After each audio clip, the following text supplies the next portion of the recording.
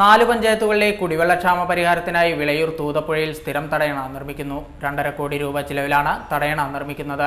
MP Rajesh MP നിർമ്മാണ ശിലാസ്ഥാപനം നിർവഹിച്ചു. വിളയൂർ, പുലാമന്തോൾ, കൊപ്പം, കുലുക്കല്ലൂർ പഞ്ചായത്തുകളിലെ കുടിവെള്ള പ്രശ്ന പരിഹാരത്തിനും കാർഷിക മേഖലയ്ക്ക് ജലസേചനവും ലക്ഷ്യമിട്ടാണ് വിളയൂർ തൂതപ്പുഴയിൽ സ്ഥിരം തടയണ നിർമ്മിക്കുന്നത്.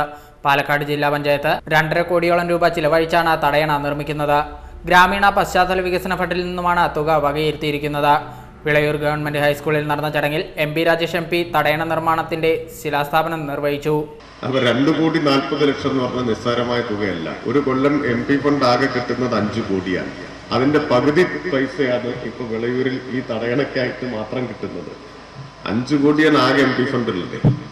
അതിന്റെ പകുതിയാണ് തടയണയ്ക്കായിട്ട് കിട്ടുന്നത്. ഒരു പ്രദേശത്തിനാകെ, ഒരു പഞ്ചായത്തിന് മാത്രമല്ല, ഒരു പ്രദേശത്തിനാകെ പ്രയോജനം കിട്ടുന്നതാണ് ഈ തടയണ നിർമ്മാണം. അത് അതിവേഗത്തിൽ പദ്ധതി പൂർത്തിയാവട്ടെ എന്ന് ഞാൻ ആശംസിക്കുകയാണ്.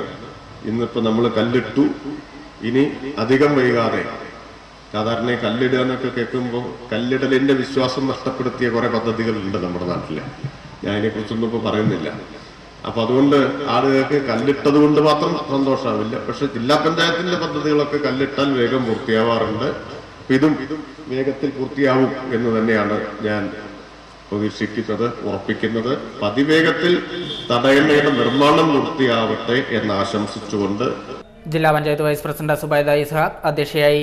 ഗ്രാമപഞ്ചായത്ത് president K Krishnakumari, block panchayat president V വസന്ത, ബാബുരാജ്, രമണി മോഹൻ, KP ധന്യ, EK മുഹമ്മദ് കുട്ടി Haji, K Krishnankutty, Devaraja Menon, Abu Haji, EP Muraleedharan, M Unnikrishnan, T Gopalakrishnan, baby Girija എന്നിവർ സംസാരിച്ചു.